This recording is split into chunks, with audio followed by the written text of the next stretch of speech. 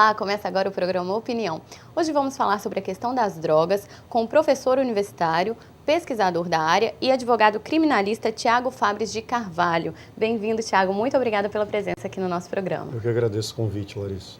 O tema de hoje é um tema polêmico, né, Tiago, que divide opiniões. No Brasil, por exemplo, de alguns anos para cá, as drogas se tornaram uma questão importante de saúde e principalmente de segurança pública, né? Perfeito. E essa questão das drogas é recente ou já é antiga na sociedade? É uma questão muito antiga, Larissa. É uma questão que remonta, né, às sociedades primitivas, né?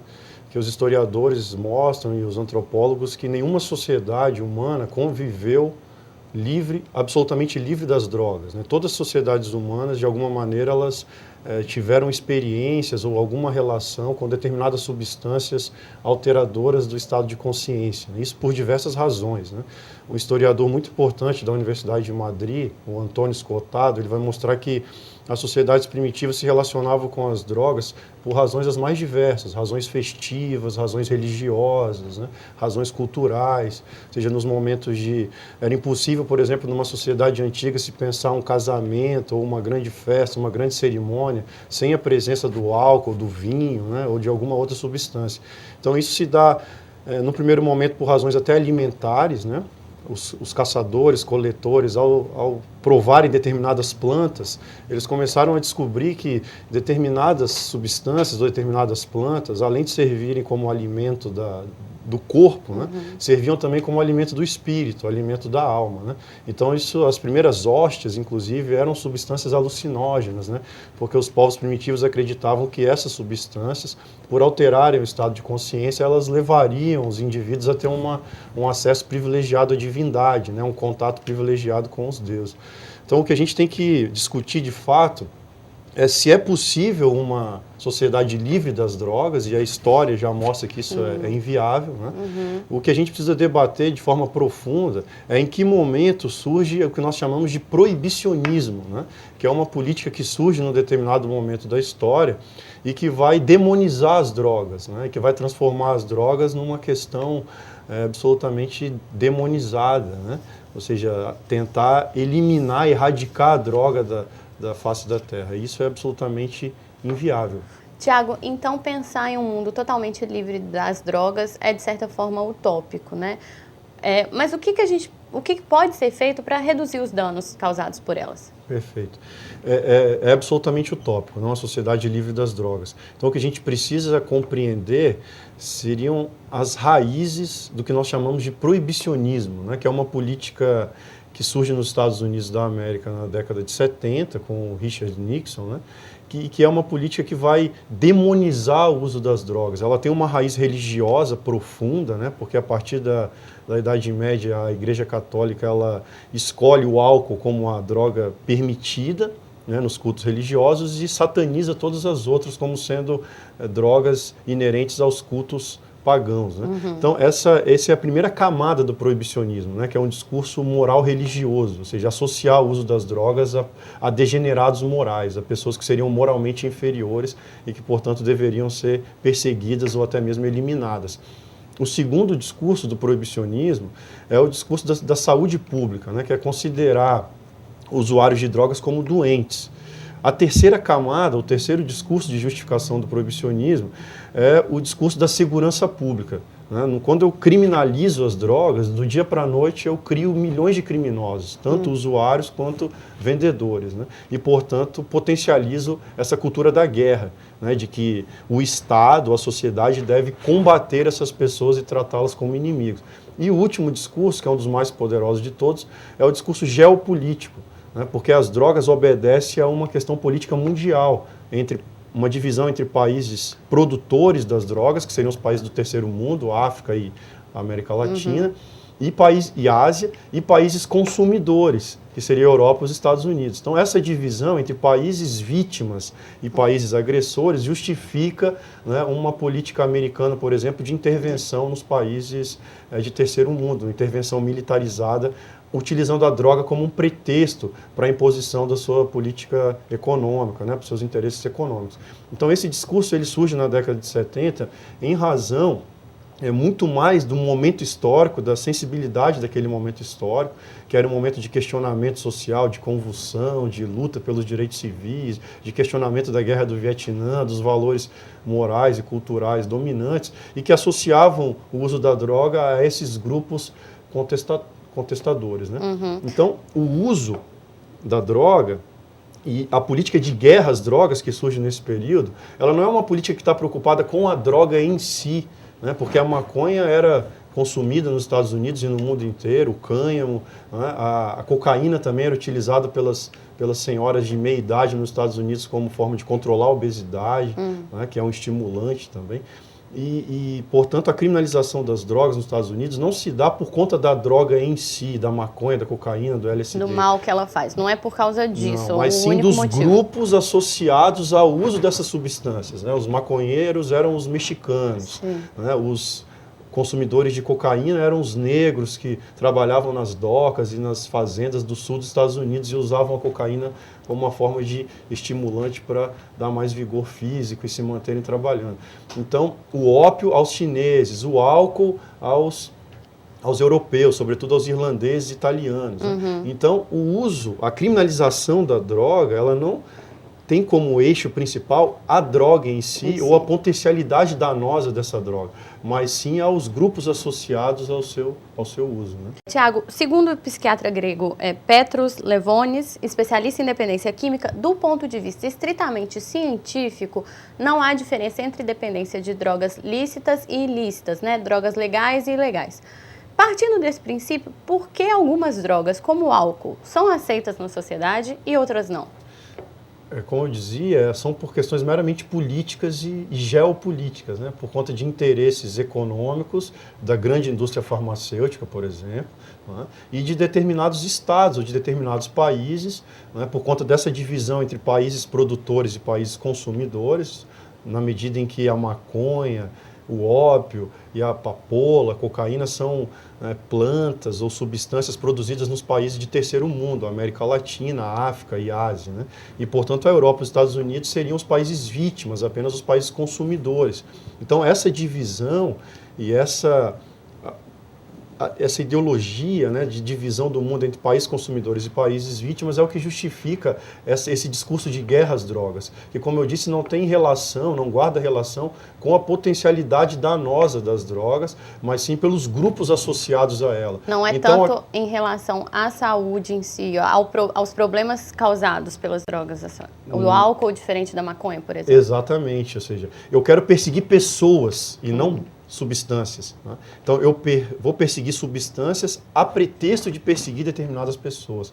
Né? A necessidade que eu tenho é de controlar determinados grupos considerados perigosos e não substâncias. Né? A substância seria um pretexto associado a esses indivíduos, a esses grupos considerados potencialmente perigosos. E você explicou que essa política proibicionista começou mais assim nos Estados Unidos, né, onde surgiu.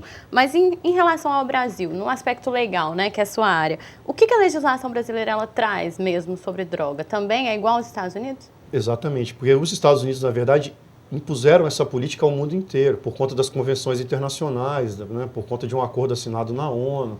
Então, essa política de guerra às drogas é uma política que foi assumida por praticamente todos os países. Então, o Brasil absorve esse discurso, recepciona esse discurso, essa política de guerra às drogas, sobretudo a partir da ditadura militar, né, que foi a nossa primeira droga proibicionista, a Lei 6368 de 76, e essa lei, na verdade, ela mantém a sua estrutura intacta até hoje. Né? As reformas posteriores foram apenas reformas que vieram minimizar algumas questões, por exemplo, a questão do uso, né? Que é dividir também, de certa forma, a partir da classe social, usuários e traficantes, ou seja, os jovens bem-nascidos vão ser tratados como usuários e, portanto, devem receber tratamento, enquanto os jovens pobres, né, miseráveis das favelas, das periferias, vão ser considerados os grandes inimigos e, portanto, serem encarcerados e eliminados. Então, o que a gente está vivendo no Brasil hoje é, na verdade, a partir da recepção, né, e da adesão a essa política de guerra às drogas, impostos pelos Estados Unidos, a gente está vivendo um encarceramento em massa da nossa juventude, sobretudo a juventude negra e pobre. Né? Porque um terço da população, segundo o Ministério da Justiça, um terço da população brasileira é encarcerada foi por causa do tráfico de drogas. Mais de um terço já. Quase um 50% da população carcerária. Né? No Espírito Santo, mais de 50%. Né? Chega a quase 70% da população carcerária capixaba hoje é por questão envolvendo as drogas. Né? E quem são os grandes traficantes, na verdade? Não são senadores, né, que transportam imensa quantidade de drogas nos seus helicópteros. Né? São exatamente os jovens negros e pobres das favelas e das periferias, né? Muitas vezes que encontram na venda a varejo a única fonte de renda diretamente acessível, né, num país de miseráveis, num país de excluídos. Né? Então, o que a gente está percebendo é que quem está sendo criminalizado e quem está sendo eliminado sistematicamente pelos confrontos policiais com a polícia ou pela própria disputa dos pontos de venda, né, por conta do proibicionismo, é o proibicionismo que leva a isso, né, a essa disputa pelos pontos de venda e esse confronto com a polícia, porque a polícia também participa ativamente dos ganhos do tráfico. Né? Não existe tráfico de drogas sem uma certa conivência e uma certa participação da polícia. Né?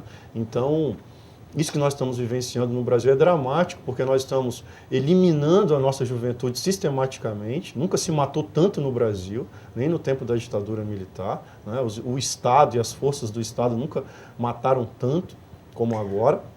E o encarceramento em massa. Ou seja, diz por aí que o Brasil é o país da impunidade, mas nós temos a quarta maior população carcerária do mundo e nós estamos encarcerando em níveis estratosféricos. Né? O Brasil hoje é um dos países que mais encarcera pessoas no mundo. Tiago, se essa política proibicionista não funciona, que caminho a gente deve seguir? Ela não funciona, mas funciona. Há um certo paradoxo aí, né? Porque ao não funcionar, o que a gente percebe é que existem inúmeros interesses bastante escusos, né, por trás dela, porque ela alimenta a corrupção, ela alimenta uma indústria do controle do crime, ela alimenta, não é, na verdade, a indústria do encarceramento, prisões privadas, firmas de segurança, a indústria armamentista. Tiago, esse é um debate realmente muito amplo, né? Muitas coisas para a gente poder discutir, mas a gente vai ter que fazer uma pausa pequenininha, mas não sai daí que nós já voltamos com o programa Opinião.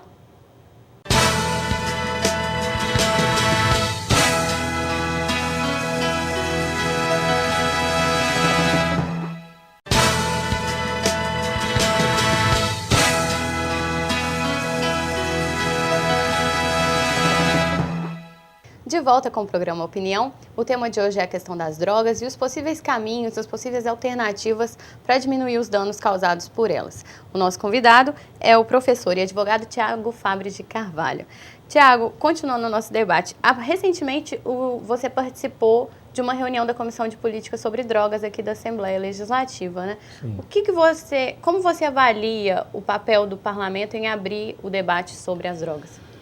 Esse é um papel fundamental, né? O problema é que esse tema, ele é um tema cercado de tabus, né? Cercado de mitos, né? Cercado de moralismos e de falsos moralismos, né? Porque, de certo modo, ele alimenta uma poderosa indústria do controle do crime, né? As privatização dos presídios, a indústria armamentista, né? Enfim, as firmas de segurança privada, ou seja, há muitas pessoas hoje lucrando com o encarceramento das pessoas. E a droga virou esse grande eixo, né, que é plástico, que se adapta a qualquer situação, para poder justificar e aparecer para a sociedade como sendo o grande mal, né? Mas, na verdade, o grande mal, quem tem alguma sensibilidade, quem tem alguma preocupação com a guerra que nós estamos vivendo nos nossos grandes centros urbanos, não tem que, na verdade, se chocar com a droga, tem que se chocar com o proibicionismo. É o proibicionismo que alimenta tudo isso. O caminho seria, então, a legalização das drogas? Urgente, né? Porque os Estados Unidos tentaram, né, no início da década de 30, né, durante a década de 30 e de 40, criminalizar o álcool também. A lei seca ela é um dos grandes marcos históricos do proibicionismo em matéria de drogas, a lei seca nos Estados Unidos. E o que ela gerou foi apenas o quê? O aumento da corrupção, o aumento da violência. Porque de uma hora para outra o álcool, que era algo usado por inúmeras pessoas no país, de uma hora para outra se transformou em crime, né? Então o que isso gerou como consequência foi muito mais dramático do que o próprio uso do álcool, né? Então essa questão das drogas é cercada de mitos, né? De que a maconha é porta de entrada para outras drogas, ou de que a maconha é uma droga demoníaca. Muita gente fala isso. Mas... Isso é verdade, isso é uma inverdade, né? Porque os estudos médicos hoje, epidemiológicos, né? Há grandes pesquisadores da área médica hoje no Brasil sobre isso e no mundo todo, e que vão mostrar que essa classificação que é feita a respeito da danosidade das drogas, né? O David Nutt, por exemplo, em inglês, ele foi demitido do cargo porque disse que o álcool e o tabaco eram potencialmente mais danosos do que, por exemplo, o êxtase, né? Que era só ensinar os jovens a lidar com essa substância que nós evitaríamos esse encarceramento e essa guerra, né? Ou seja, então a gente tem inúmeras políticas alternativas a essa política da guerra, mas nós insistimos nisso, né? Porque, na verdade, o discurso de guerra às drogas, ele encobre uma política de criminalização da miséria. O que nós estamos fazendo é usando a droga como um motivo, como uma justificativa para poder eliminar e encarcerar a pobreza no nosso país. Quem está morrendo, as pessoas que estão morrendo no Brasil, vítimas dessa guerra às drogas, tanto no confronto com a polícia, quanto na disputa por pontos de venda, é a mesma população. São os jovens negros e pobres. Então, eles estão, ao mesmo tempo, morrendo e sendo encarcerados. Ou seja, o perfil da população carcerária brasileira é o mesmo perfil das vítimas da violência letal no país. Tiago, quem defende o proibicionismo, quem é contra a legalização das drogas, por exemplo, afirma que, por exemplo, se você legalizar a maconha, teriam mais usuários, porque facilitaria o acesso. Esse poderia ser um efeito? Quais os efeitos também negativos, caso isso aconteça? Eu acho que essa afirmação ela não tem nenhum tipo de comprovação empírica, né? E não existe nenhuma pesquisa que mostre uma relação entre droga e crime, por exemplo, de que as autoridades dizem por aí que o grande problema da violência letal é a droga. A droga é a causa da violência. Isso é uma mentira. Uma grande mentira que é vendida como uma verdade. É porque muitas vezes falam, ele roubou porque ele estava usando crack, ou matou porque estava... Mas ele só roubou para usar o crack porque ele não tem possibilidade de acesso à droga, né? Então ele tem o proibicionismo que alimenta tudo isso. Não existe nenhuma pesquisa científica na área da criminologia, na área das ciências sociais, na área médica que comprove uma relação mecânica causal entre o uso de uma determinada substância e a prática de um determinado delito. O álcool, por exemplo, é uma droga que transforma muito mais as pessoas em pessoas agressivas, né? Há sim, com o álcool, a possibilidade de demonstrar que há um aumento da violência doméstica, por exemplo, pelo uso do álcool, né? As brigas nos bares, os homicídios nos finais de semana, a questão da violência no trânsito, né? Quase sempre com envolvimento com relação ao álcool, né? Tiago, e continuando nessa questão da legalização, vamos falar então do Uruguai, né, que é nosso vizinho, que em dezembro de 2013 aprovou a lei que legaliza a produção, distribuição e venda da maconha e submete essas etapas ao controle do Estado. É o primeiro país que fez isso, né? Porque, por exemplo, na Holanda a pessoa pode utilizar maconha em Amsterdã, mas não é proibido a produção, ainda não legalizaram essa questão. Essa lei foi proposta pelo próprio presidente Mujica e, segundo ele, foi para combater o narcotráfico e, igual se falou, e diminuiu a criminalidade. O que você acha desse passo Eu acho que é um passo importante, mas é um passo ainda muito pequeno, né? Porque o próprio presidente acaba caindo também nesse discurso proibicionista, a combater o narcotráfico, né? Na verdade, o narcotráfico só existe por conta do proibicionismo, porque se a droga fosse legalizada, como o álcool e o tabaco, né, que é o que eu defendo, que nós deveríamos tratar as drogas como uma questão de saúde pública, não é? como uma questão de política pública e não como uma questão de política criminal. Ou seja, nós devemos tratar as drogas como nós tratamos o álcool e o tabaco. E não é verdade que a legalização leva ao aumento do consumo, não é? Porque o tabaco sempre foi liberado desde que eu nasci e eu nunca fui fumante, eu nunca fumei cigarro na minha vida. Então não existe uma relação entre liberação e aumento do uso. As pessoas estão deixando de fumar hoje por outras razões, por razões culturais, pelas campanhas, também, né? Pela informação.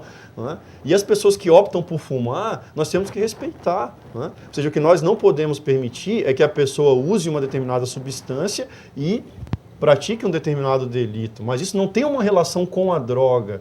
A pessoa pratica o delito por diversas razões, mas não tem a ver necessariamente com a droga. Então, se ela usou uma determinada substância e dirigiu, ou agrediu outra pessoa, ou matou, ela vai responder por esse delito. Né? Sim. E, geralmente, o Código Penal ainda prevê agravantes, não é, com relação a ao uso de determinada substância. O Código Penal trata especificamente do tema da embriaguez, né, que não justificaria e não excusaria a ausência de responsabilidade penal. Então, a gente tem que perceber que a liberação por si só, ela não incentiva o uso da substância, porque o álcool é liberado e nós não bebemos hoje para estar aqui. Né? A gente bebe, eventualmente, quem, né, opta por beber, e muitas pessoas do meu ciclo de amizade, por exemplo, não bebem e nunca beberam e não gostam de bebida. Então não há uma relação entre liberação e aumento do consumo. Tiago, o caminho seria a liberação de todas as drogas, ou como Portugal, por exemplo, começou a descriminalizar o uso, mas ela descriminalizou o uso de todas as drogas, mas não a produção, né? Eu acho que esse é um debate muito sensível, que precisa ser estudado com mais calma, mas a princípio o que eu defendo é deslocar, e não só eu, né, milhões de pesquisadores pelo mundo todo, eliminar com a criminalização das drogas. Esse é o primeiro passo. Né? Então, qual que é a diferença entre legalizar e descriminalizar?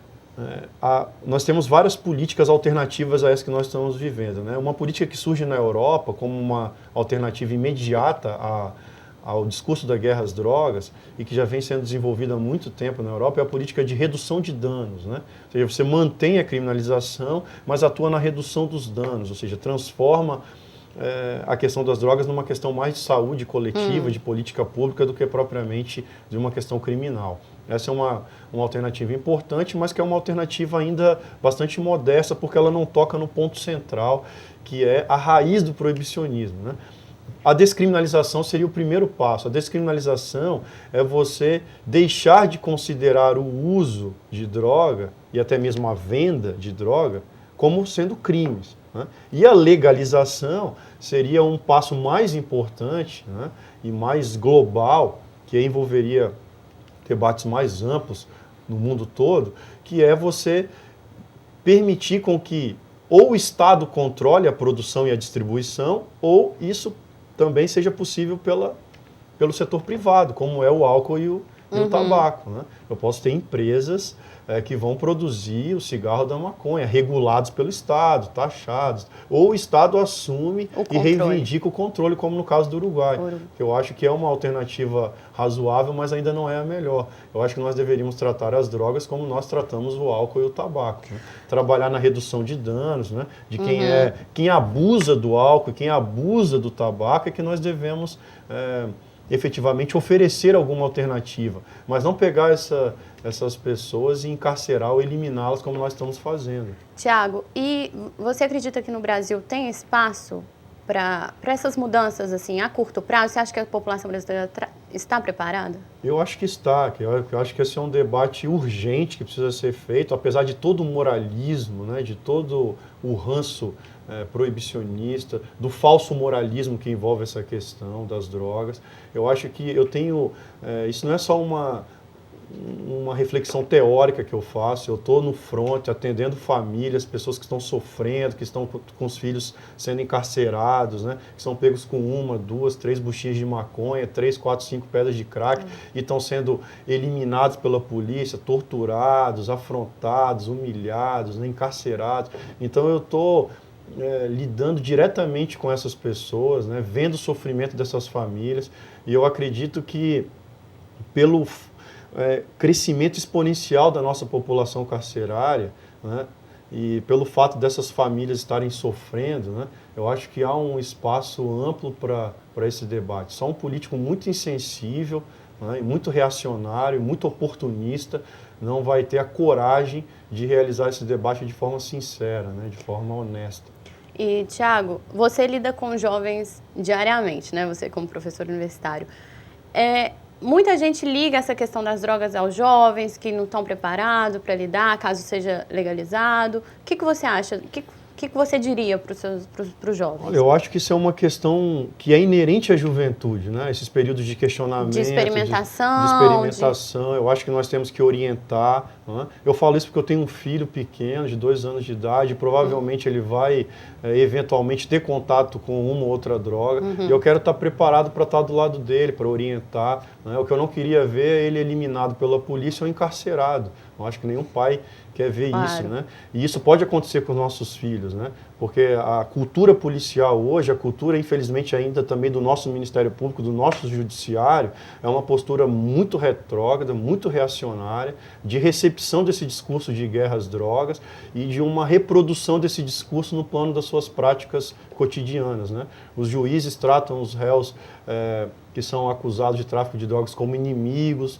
os promotores, né, a polícia. Ou seja, o que a polícia está fazendo é prender essa população da periferia, né, os jovens negros e pobres que eventualmente são pegos com pequena quantidade de drogas. Né, a grande população carcerária capixaba hoje são de pessoas presas com pequenas quantidades de droga, sem passagem, sem apreensão de armas. Né? Então, essa é a grande população que está sendo encarcerada. Eu tenho lá agora inúmeras, estou atendendo várias famílias que estão com seus filhos presos porque foram pegos com 1, 2, 3, 4, 5 buchinhas de maconha, 3, 4 pedras de crack. Né? Então, esses são os grandes traficantes que estão sendo encarcerados no Brasil. É uma questão delicada que precisa mesmo ser mais aprofundada, né? Infelizmente, nosso tempo acabou. Eu gostei muito do nosso bate-papo. Acho que ainda tem tempo para a gente, né, precisa ainda aprofundar mais nesse assunto. Mas antes da gente encerrar, Thiago, você gostaria de deixar seu contato, caso alguém tenha alguma dúvida, queira... Eu gostaria de agradecer primeiro o convite, né, a oportunidade de estar aqui debatendo um tema tão importante. Eu sou professor da FDV, né, do mestrado, do doutorado, então eventualmente eu posso, né, posso ser encontrado lá, que eu tenho, né, um horário bastante de dedicação àquela instituição. E meu e-mail é thiago.fabres@hotmail.com. Okay. Então, eventualmente a gente pode continuar a conversa. Tá, joia. Muito obrigada, Thiago, pela sua presença aqui hoje no programa Opinião. E o programa Opinião termina por aqui. Mas se você em casa tem alguma dúvida ou uma sugestão, entre em contato com a gente através do e-mail tvales.es@gmail.com. Obrigada pela companhia e até o nosso próximo encontro.